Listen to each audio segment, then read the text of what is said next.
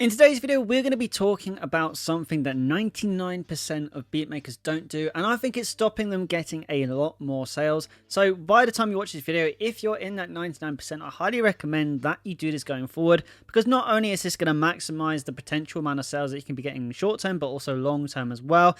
And it's just no brainer. And if I'm being honest, it is not talked about enough in the beat selling industry. So I'm here today in this video to discuss it a little bit more. If you are new to this channel, my name is Joe Gauchi and I've been doing this little beat selling journey for the past year, documenting my journey. We're doing a $10,000 beat selling challenge at the moment, which is going to hit its climax at December. Am I going to get that $10,000 beat sales by the end of the year? Who knows? But subscribe to the channel if you are new, if you're a beat seller, you want to make more beat sales, or you're just getting into it, because I'm doing weekly videos on beat making, which can help you and further your career as a beat maker. Especially if you're in the early stages of your career, that is the point of this channel, and I always try to be as transparent as possible. Okay, so now I'm done self-indulging in myself and this channel. What is this 99% thing that beat makers aren't doing? To some of you, it may come as a surprise. Some of you, it may not be a surprise at all, but there's a reason why I'm doing this video. Let's just say that. Now, this thing is uploading your beats to multiple beat stores. Now, don't click off the video, because there's so much more in depth we've got to go with this than just getting to the point with it. Now, the whole reason why I want to do this video for you and want to explain to you why you need to be doing this and why you should stick around to the end of this video is because when I first started selling beats and I did my market research on the top beat makers, the one thing I noticed could never get my head around is why the top beat makers weren't actually uploading to more than one beat store. And because at the time I was naive to beat selling and I didn't really know how the industry worked, at the time I thought, is there something to it? Is there a reason why they're not doing it? Could it be something to do with like the exclusivity of beats? I don't know. But then after selling beats for 6 months, I quickly realized that it's something that is very much possible and opens up many opportunities for more sales. When you think about it, each individual beat store, whether it be Airbit, SoundClick, beatstars, SoundClick,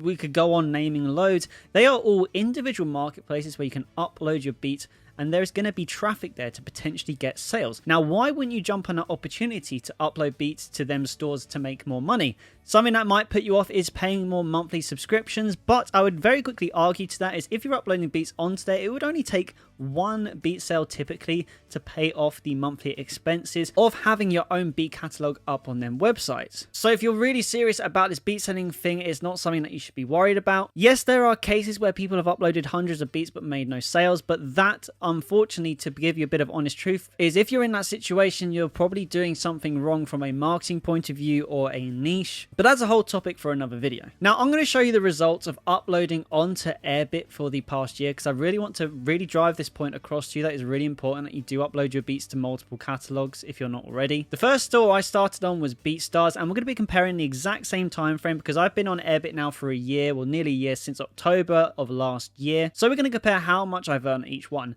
Now, the one thing I want to bear in mind is definitely BeatStars does have the better marketplace. This is common knowledge. We know this. BeatStars is massive. If not, it's basically 90% of the industry when it comes to beat selling, if I'm being honest. Now, Airbit is a very much an established beat selling platform, so it's well known. So there's definitely going to be traffic on there. So when I started uploading beats on there, it was under the assumption that definitely we would be at least making our money back on a subscription. Because I did pay for an annual subscription on Airbit, which was about $100. So in a year, because I pay annually to save money, I had to make at least $100 back for it to be worth it. Now, let's see how much I've earned. So this is the all-time earnings for Airbit. Now, the first thing I want to point out is, yes, I've earned $730 in the past year, but there's a little bit of disclaimer here because we've had a couple of weird situations happen. The first one was I did actually make a couple more $100 beat sales, which one of them PayPal failed, and the guy ended up trying to request a refund through PayPal because Airbit didn't give them the beats when they paid for it, but we ended up settling outside of Airbit in that case. So there's another I think that was a $200 exclusive to add on to that. And then there was another one where someone messaged me on Airbit wanting to do the transaction outside of Airbit because of a service charge.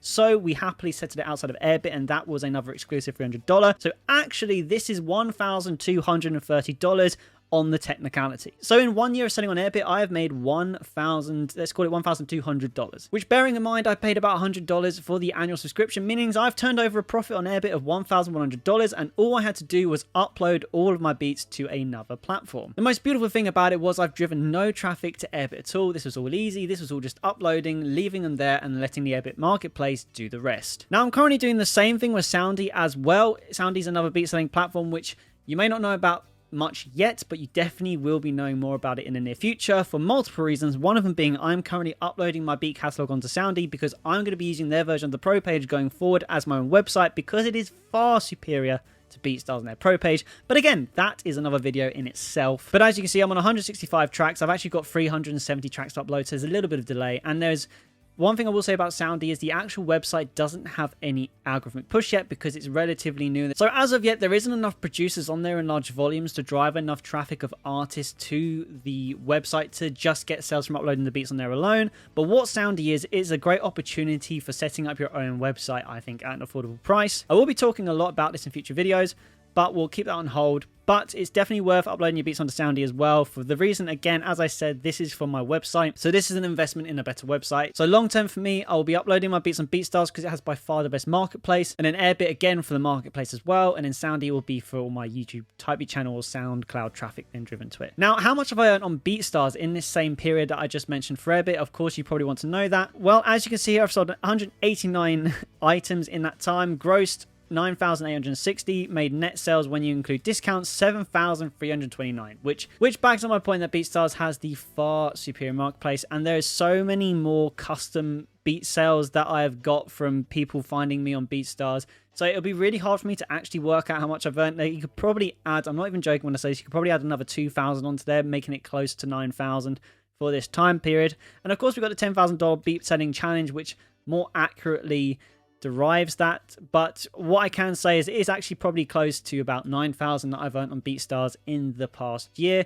But if we're going to be complete to point, you can still see I've earned at least this from basically the marketplace, mixture of the Blaze players, which is my website, and the Pro page. So if we were just to be hypothetical and compare marketplace to marketplace from Airbit to BeatStars, you will see I've actually earned 4,770. So you could technically say that BeatStars maybe has 4 times the amount of potential traffic that Airbit does. Now, if you're already sold on uploading onto multiple sites, yes, it will take time and what I would call a lot of admin work, but there's also another site called SoundClick. The reason why I'm putting this one in this video is because this is the beat store that I'm going to be uploading all my beats to next, after I've got my catalog updated on SoundClick, because again, I'm always trying to find more beat stores to upload my tracks on. It's kind of like the equivalent if you're into sync licensings or stock music. If you want to make money with stock music, the theory is you have to upload all of your licensing stuff onto multiple sites, because then a combination of all of them together brings a total around. So, and it's the same with beat selling as well. The only thing you have to keep in track when it comes to uploading beats to multiple sites is the exclusive sales. If you sell a beat exclusively to someone, you'll have to take them down the other sites, but that's quite easy. That's about 5 minutes of your time at most. So yeah, guys, I feel like I went the long way around this video, but I really wanted to explain and home in on why there's so many benefits to uploading your beats onto multiple sites. The only things you really have to worry about is the time it will take you to upload your beats. If you have especially more than like 200 beats, it could take you a while.